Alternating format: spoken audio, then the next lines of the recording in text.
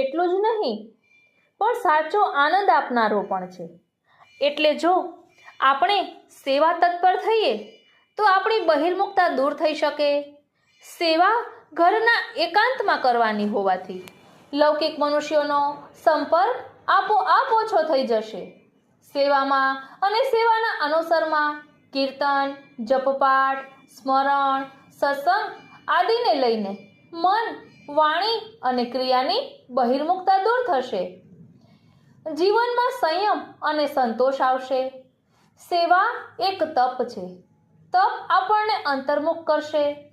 સેવા કરનારને કોઈ પ્રકારની ચિંતા સતાવશે નહીં. તેનું ભાવ જગત, પ્રભુ અને સેવા પૂરતું મર્યાદિત બનશે.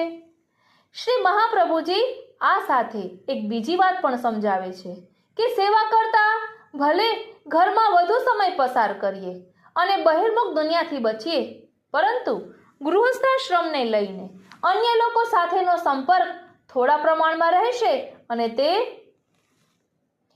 દીનતા જન્માવશે.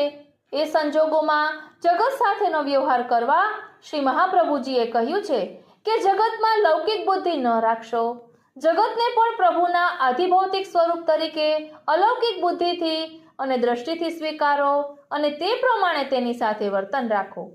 જગતમાં સર્વ કંઈ પોતાના નિજાતન માટે પ્રભુ કરે છે એવો ભાવ રાખીને જગતમાં થતી બધી હિલચાલને પ્રભુની લીલા તરીકે સમજો.